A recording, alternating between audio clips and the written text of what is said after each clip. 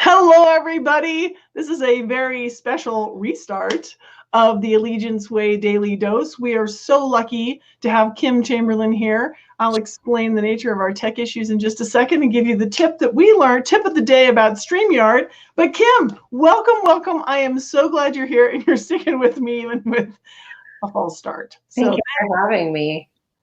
Now, where we left off, let's start over because I think people missed your extraordinary point about the season that we're in, right? Mm-hmm.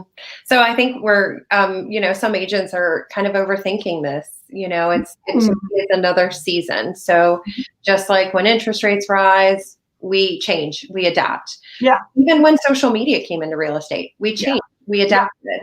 And now this video stuff, you're going to have to once change and adapt again. Yeah. We adapt in seasons. We adapt in election years. So I don't know. As an agent, I just think it's what we do. If you don't change with the times, then that's when it hurts you. So don't overthink it. I really appreciate that. And I want to clarify to any naysayers who are saying, no, you don't get it, Kim. This is majorly different. This is completely different than anything else. I can't even leave my house, right? Now, true. This is new, right? But there's always been new. What about the internet, right? Most of us are old enough to remember when we didn't have an internet, right? We didn't have so many things that are normal to us now. Electronic lock boxes, right?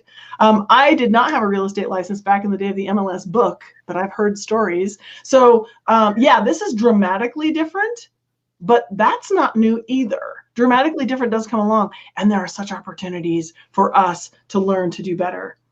How many of us have been lazy about updating our skills or our systems, right? And now it's like, you don't have a choice. Now's the time to do it. Yeah. And I got an email and I'd mentioned it on one of the shows, but it's like when fishermen can't fish, they mend their nets, right? Nice. So they're mending this net to get back in business because it's going to come back. And we've all probably taken a little hit, but we don't have to take a big hit. No. It totally depends on how you handle it. Mm-hmm. So, I'm realizing that now I have all kinds of new things that I want to talk to you about that aren't even on our agenda. So I want to check my notes and make sure I don't derail you, because I think we're really onto something. Maybe just quickly before I do jump into my notes, tell me then, what are you personally doing either in your head or in your practice to shift that way? How are you adapting? So, it was tough at first. I'm not going to lie. I think I took like a week or two. It was like, what is going on? What are we doing here? Yeah. I can't leave my house. So I'm not saying it wasn't an adjustment, but you have to do it quickly. So figure it out. And I think this is a perfect time for us to touch base with our clients, with our sphere. And if you've done a good job and you've been in business and you have those clients, they're just there and they're bored. They're sitting at home looking at their ugly carpet they want to pull up. So, it's just reaching out and people may not respond, but I think it's just you reaching out and it's the thought. Yeah. Okay. So I'm having this capture thought for you right now, Kim. Live right now, I'm having this thought. We're hearing the tick, tick, tick in the background. They're pounding up pulling up the carpet staples, and you're on an interview talking about how you're pivoting. And I'm wondering, how can you capture this moment and share it with your, this is the real stuff. You're trapped at home and this is your reality. And I think you just need to apologize for it. Here's the thing. I've moved to the furthest corner of my house now to try to get away from this noise. No. I'm saying. Oh, the pounding. I thought you could still hear it. I was going to say, oh my gosh, but I don't want my husband to stop because then so I'm like, please continue. Please keep pulling up that carpet. No, I just think this is an amazing thing to capture. And I don't know how you could, right? But it's like, quick, pull up your phone and start videoing the fact. And then when you get off, go share this. Say, guess what I did today, right? Oh, it's definitely going to be a post later on Facebook. Trust me. Okay, cool. I have to come up with content all the time. It's hard, but living in my life here, it's pretty easy to come up with content. Yeah. Yes. Okay. Wonderful. All right. So let's talk about that. What is your content strategy? And we have Jessica here and Yeti is here. Chris is here. I want to encourage everybody to ask anything they want to. jump into the chat and ask things if you feel like it. So go ahead and tell us, so what are you doing proactively with your content strategy? So, I mean, I haven't strayed away from my normal drip campaigns. So I do a drip campaign through the Mac Center, through Design Center. Yeah. It's very inexpensive. So I've always set that up. And I as soon as I have a closing or I meet someone new, I stick them in there. So, and it does holidays and it does monthly newsletters, and they do it all for you. So it's a set and go. You're crazy if you're not using it. If you're with Remax, it's a set and go. So it's amazing. Yeah. I still farm. So I do postcards, nice little glossy postcards. Nice. And then, you know, I do annual calendar. So I haven't strayed. I'm still doing all of that. I'm still, the one thing I've added is just reaching out. So I get on Facebook. I've run my business for 16 years by referral only. So I don't cold call. I just really take care of my clients. So I'll get on Facebook and has anyone had a baby? I always send a Pottery Barn baby blanket. Yeah. Or, you know, did they graduate from somewhere? Was there a death in the family? I can send flowers or something. So I kind of watch Facebook. That's part of my daily, what I do. So it is fun and business at the same time. Yeah. And I text five phone contacts a day. Yeah. And it's just quick. It's just, hey, just reaching out to see how you are. Let me know if you need anything. Hope you're well. That's it. And some people respond and they're so excited to hear from me. Others respond later, and then some people don't respond at all, but it's okay because I know I reached out. So, and then I just go to my next 5, and I do that Monday through Friday. Okay. So I don't do it on the weekends. And sometimes people call for my text. And so you can get caught up in that. So you have to kind of go, okay, I want to find out, but I gotta, you know, because it will totally throw your whole day off. Right. So, but I mean, in addition to what I normally did, we have to continue doing business. Like there's no issues, like there's no interruption. What are you talking about? What do you mean interruption? You know? Sure. You know, and just keep doing that because it's going to come back and we have to, again, keep that going. Yeah. So you're telling us how you've continued on to being consistent with your touch strategy that you already had in place. You didn't let that be interrupted. Have you pivoted the messaging at all? I kind of have, as far as increasing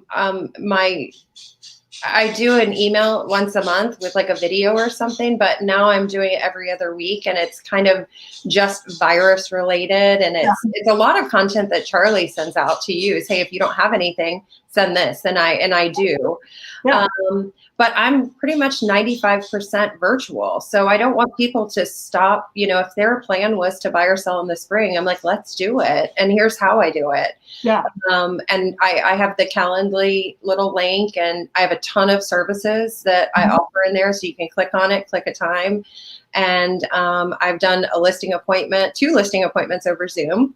And I use DocuSign, of course, always. So I signed a listing agreement. I've got 3 listings and repairs coming on. So yeah, I mean, I think it's just letting them know that everything's okay to keep moving forward. You know, just because we're on lockdown doesn't mean that you have to stop. And some people can't stop, you know. Yes. In real estate, if you have to buy or sell, you have to buy or sell. So how much business do you have right now? I am working, and that's the other thing. When you get them under contract, doesn't mean they're under contract because everything's always changing. Yes. So I've got a settlement on Thursday this week, on Friday, and 2 next Thursday. And then I've got a couple for next month, and then 3 listings coming on. So wow, yeah, that's a lot of activity. And from how big is your database? Well, I've sold over 500 homes, but this is a service announcement to take those people and keep them. They're like gold. They're like gold chips, you know. Just keep them and, you know, put them in a drip campaign and just put them somewhere, because it's better than buying leads. You know, you're selling yourself to this cold lead that is like, I don't know you, I don't trust you. Yeah. Where, you know, we've got pots of gold sitting next to us from referrals and clients that we just let go. So with that said, I have about 376, I think, that I regularly market to. Okay. That's a really great size though, right? That's sometimes I feel sorry for the agent who says I have the database of 3,000 names, because I don't think that's real. I think those aren't real contacts. No, and I told you, if you like pulled up my contacts and was like, hey, who is this? I could tell you basically, Yes. like, oh, hey, I met them. I sold them a house in 2013. They've got 2 kids, and I can probably pretty much tell you. So it's important to not overthink it or overdo it, but just do a good job. Keep in touch. Yeah, that's wonderful. You're making me wonder about sharing the nitty gritty of your systems, because I don't know that everybody listening knows what Calendly is. Hopefully everybody knows what DocuSign is. I'm even tempted to just type it in the chat. But so Calendly, how long have you been a user? What do you think about that? Why do you use it? I like it because it's in my signature link. It's something that they can do without calling. So they can just go, hey, I want to, schedule this. It's just easy scheduling. It's professional. If you do the paid version, it's like $8 a month. And you can actually type in services that they can go click on the service and then click on the time slot that they want to book you for. Yeah. And I use that.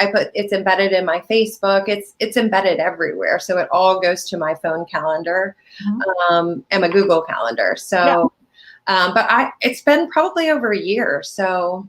Oh, that's great. Yeah. I mean, these are just systems I put in place prior to this that are really, now, everyone wants Zoom, everyone wants DocuSign. I heard like DocuSign, their business increased so much. And I'm like, who has survived without that? I know. Yes. So I have not done wet signatures in forever. So except at closing. Sure, of course. So what other systems are you using that are really helping to keep you sane? So I use LionDesk, and I actually, I don't know, I think I'm probably the one and only agent that hired an executive assistant during the virus. So my executive assistant does run LionDesk for me, just doing a lot of the data entry on the back end, which I can do now too. But there's sometimes it's just like, here, just put that in there. Just update this, and he's younger and more tech savvy than me. So I feel like he can figure it out a little bit better. Heck yes. So, I have a transaction coordinator. I've had her for years. LionDesk, DocuSign, Zoom. I think I live on Zoom. I'm on Zoom most of the day, just trying to reach out to clients just to see my face. Sometimes if they text me back and they're like, hey, what are you doing? And I'm like, let's jump on Zoom so I can see your pretty face. So, and we'll jump on Zoom. So I feel like I'm on there a lot. Yeah, absolutely. So you said that you're doing virtual presentations. Besides Zoom, what are the tools that you need to do that well? I do. Do you have other tools that you show them? On Zoom, I do the share screen, and I just review like the MRIS or Bright. I just pull it up and I share that, and then I have a list of services, so I screen share that with them and go over that. I have a little team, presentation, and I go over that, and part of, you hiring me, you become a part of our team. And then with buyers, I pretty much just set them up on auto searches, and then we'll get online and talk about, hey, this neighborhood and what you like about that. Sometimes if they don't have, I use Matterport for all my listings. And so when I put them on, they sell right away. People love to sit there on them. They're very interactive. If you're not using those right now, you should be. Aerial is important because you've got to show them the inside and the outside in detail that they can look at their own pace. So I'm definitely using all of that. And if an agent doesn't have a video, which happens, or they just have a video, and my client's like, I really like this house, then I'll go out on FaceTime and we'll walk through. So some are okay writing contracts without actually seeing the house. Sure. And then others, still want to. So we just need to make sure that we, safely go in. But like my home inspections are virtual. And even my closings, I'm on Zoom at closing. I do my walkthroughs virtually. So I go out with them on FaceTime again. We do the walkthrough. I put a combination lockbox on the door, put the keys in there. And then as soon as I know that they've signed, I go ahead and give them the code to get in. Wow, that's terrific. So it just really cuts down the risk. Like literally, I'm at home all the time, but, still doing everything that I need to do. Yeah. And we talked a little bit about making sure that the people know that you really care, right? So what are you doing, if anything, different? Because I know that that's already your modus operandi, is being genuine, being connected, being authentic. But I think some of us are feeling like, how do I prove my value when I'm home? So how do you feel you're maintaining that connection and that feeling of value? I mean, for me, it's like, if my clients aren't my friends when we start the transaction, they become my friends. And I think that what you have to understand is we're all going through stuff. And oh, by the way, they're making the biggest purchase of their life, or they're selling a home. Yeah. So I do really try to define my work and family time, but I am literally always available. And the reason why I do that is because if it's 9 o'clock in the morning and a seller is calling me going, hey, what's the feedback from yesterday? They're stressed out. They're curious. And so it's all about communication. I typically do Tuesday updates with all my sellers, and we just review the comps. What's going on in the market? Why hasn't yours sold? What's the feedback? What can we change? What can't we change? Because sometimes it's the lot. Well, I can't move the house. But if you don't like the colors, we can definitely paint. So I think it's really just being there, being kind, being genuine, and being available.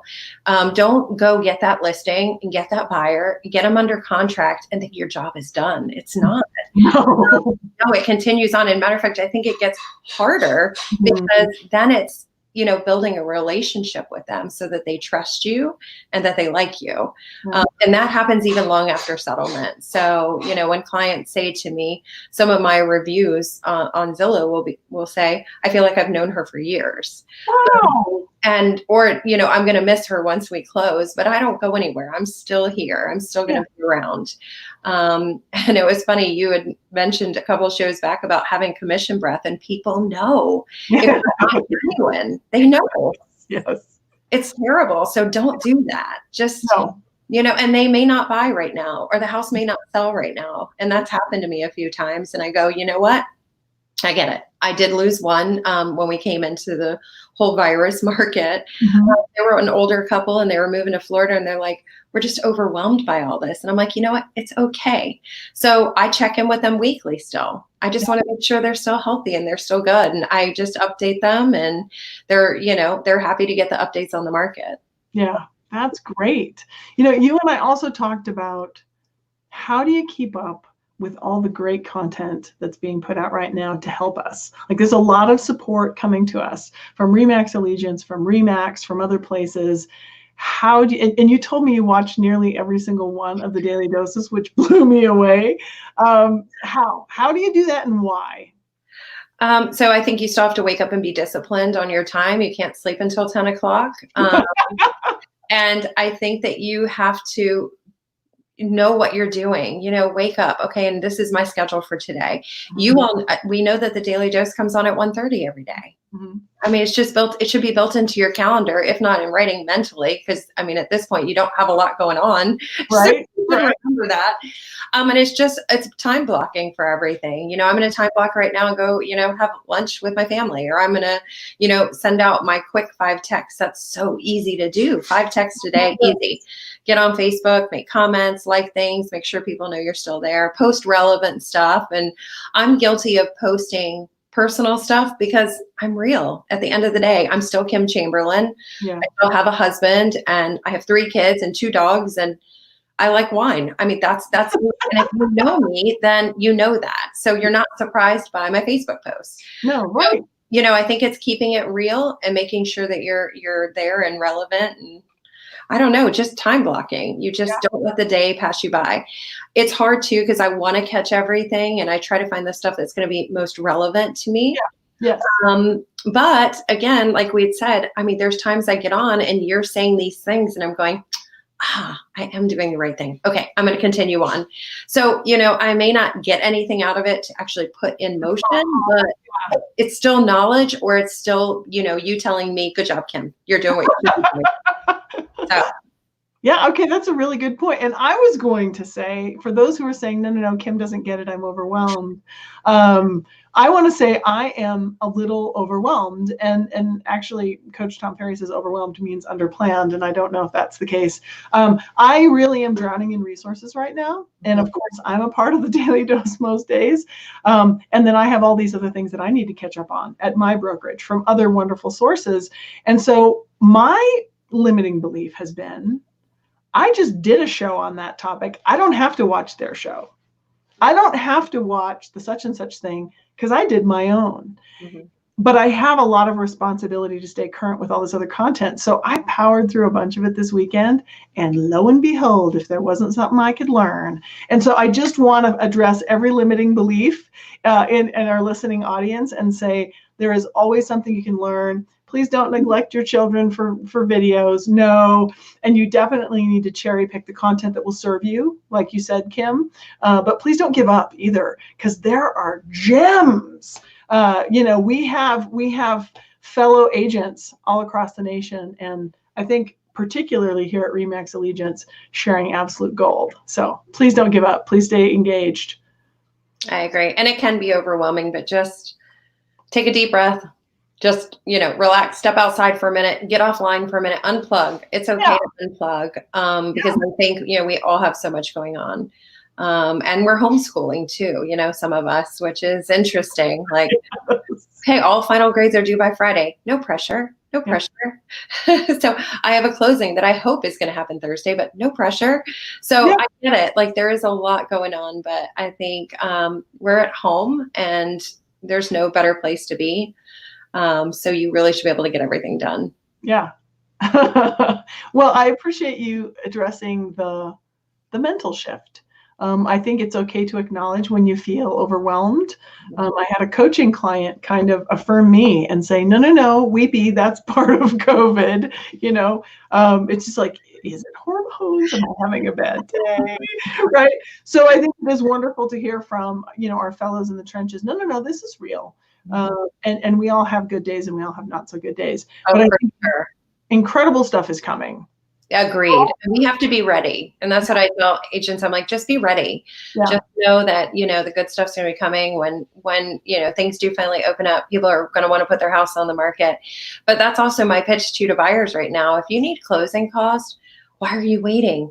Why are you waiting until the competition gets even worse? Now is your chance to kind of get in there. So I know I keep telling them that. And same with sellers. They're not losing any value by being on right now. The value is still good. You're still getting multiple offers. Why do you want to wait until everyone else comes and puts their house on the market? It's kind of crazy. Yeah, a really good point. So I think the key there is be in the conversation, right? You don't know what the buyers or sellers are thinking if you aren't talking to them. Exactly. Yeah. So that's my advice that I'm handing out. So okay, awesome. Now, you told me before that you feel like it's almost remarkable that you're really growing in this time. You're growing during a pandemic. You've hired an executive assistant, right? You've cut some expenses. You cut Zillow out. Good for you. But tell me about where your business comes from in general. We had talked about your farm and BNI, and just give everybody the big picture, because I think it helps to see the working model. It's not theoretical. Kim Chamberlain is in motion. Yeah. Gosh, I think I reviewed those numbers and I probably should have wrote them down, but I'll tell you, a lot of past client referrals. I think that's probably my number one stream of income. Believe it or not, my number two is other agent referrals. And I think that, houses are in competition, not us. Don't dog out someone else or be mean to someone else. Some of my best friends are real estate agents. I love them all. There's enough business for everyone. So don't badmouth, keep that relationship open. Make sure your profile on RE/MAX is great. Your photo's great.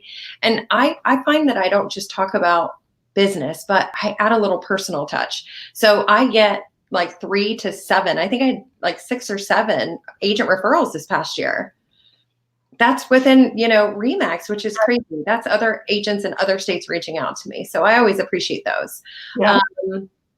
I'm trying to think where else I get them from. BNI. So BNI, is that a significant source of business or time? Do you invest a lot of time in BNI? I think I definitely invest, 2 hours a week, a minimum. When I was on the leadership team and president and vice president, you give a little more time, but I love BNI. I think it's a great platform. I think if you can get into one of those groups, which is very hard as a real estate agent when they open up. I know when I joined my chapter like 6 years ago, there were a ton of agents and it was like Hunger Games. And I was like, oh my gosh, I'm ready. I'm going to be in this till the end. Like, I want this so bad. And there started out to be a bunch of us. And then each week the agents just, they stopped coming. And I was like, yes. So finally I got down to like me and another agent in Alexandria, and they chose me. So it was great. That's a great feeling, but it is very hard to get into a chapter for BNI. Well, there's something that they could borrow. Everyone listening, you may or may not want to be in a structured BNI or have the challenge of finding a really healthy group that you manage to compete for and get into. But one of the things that I love about BNI is the one-to-ones that you do with the other business professionals in the organization. So everyone listening, the concept of Business Networking International, you could duplicate in your professional sphere. Why don't you start having some one-to-ones this week? Call your roofer, call your home inspector, call your favorite carpet installer. Start having those one-to-ones with the people who have served you in the past and be supportive of them. Share some of your insights. I think we're so fortunate in real estate to have so many cheerleaders, so many coaches, and so much training. And I think our fellow business owners in other industries don't necessarily have that. So you can be the ringleader, you can be the champion, and guess what? You're filling your pipeline all over again. You really are. And that's a great point, and promote them, promote those small businesses. And, I do a weekly Facebook Live show. It's like a pop-up real estate Q&A session. And so we discussed it last week that we're actually going to start having, a guest on each week. Yeah. Basically to break it up so it's not just us. But that's what we plan on doing, is just bringing in those people and getting them some exposure and trying to find out, hey, how is the roofing business? How is the handyman business going? I don't know. I mean, I know how my business is going, but is it affecting them? Are people letting them in their house to do repairs? Yeah. So it's just interesting to hear another perspective. Oh, it's wonderful. And I love what you're saying about let's promote them. Let's get them out there, right?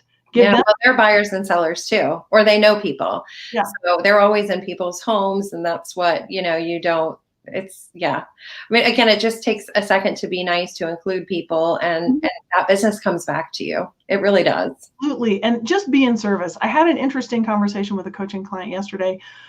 Nope, yesterday was Sunday. It was actually Saturday. And she had wanted to interview a local restaurant owner that she loves so much. And her business partner didn't want to because she said that business owner already knows other agents.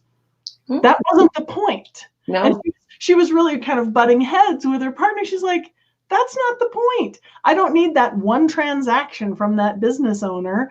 I care about her business and I want to hold her in the light in this time. So anybody listening, if you think your roofer's not going to give you business or your home inspector already knows too many agents, I don't think that's the right attitude. I want to encourage you to be the ringleader and create a strong network of confident professionals. Somebody's getting their referrals, and someday it could be you.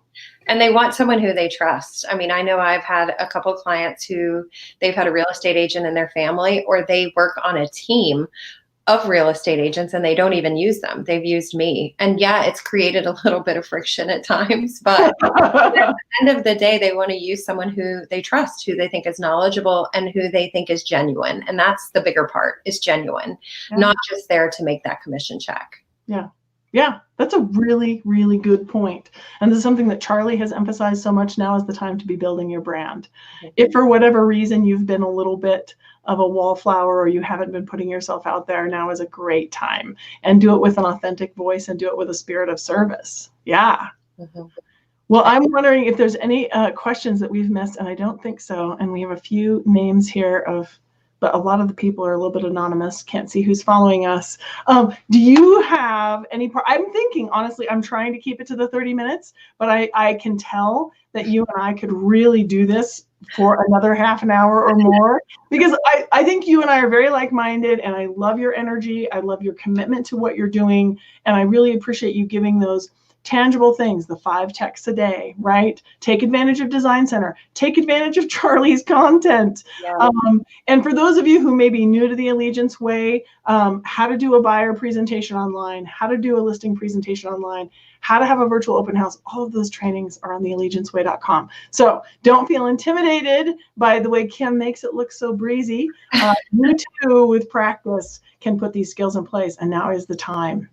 And it's easy. It's just like doing it in front of them, except you're not. You're, on video, and it's okay if you mess up and you look silly, or you have to apologize, or someone's banging on the floor upstairs, or whatever. You just apologize. I mean, you're in your home setting, and it's actually more comfortable than being in the house. Interesting. Mm-hmm. There's going to be some things I carry through. So like, I don't think I'm going to sit in an open house again. I mean, it's like the prep time for that, and then it's 3 or 4 hours, and you get like 6 or 7 parties through, and 3 of them are nosy neighbors. Yeah. When you just go live on Facebook and you're there an hour, and I got more than 1,000 hits on the one. Yeah. I mean, that to me is well worth it, instead of booting the seller out of the house for hours to get a couple people through. And we used to get so excited about that. Yeah. So that's something I'll definitely continue on. I love that. I love that. I hope everyone is listening for the ahas that you can take forward. And maybe somebody listening is crushing it with in-person open houses normally in their business, but you could do both, because I do think the virtual open houses are kind of brilliant. There's so much to be gained from that. The other one, I had someone point out to me that in some ways we have burdened our sellers with not doing enough to almost vet the showings or vet the buyers. And maybe I'm saying it wrong, but with way more marketing, right? With way more proactive stuff, with always offering every possible thing, the Google Earth, the drone flyover, like we really could minimize those. Oh, I didn't know I had a 2-car garage. Like how many times have we gotten that feedback and think, are you kidding me? Can't you read the MLS?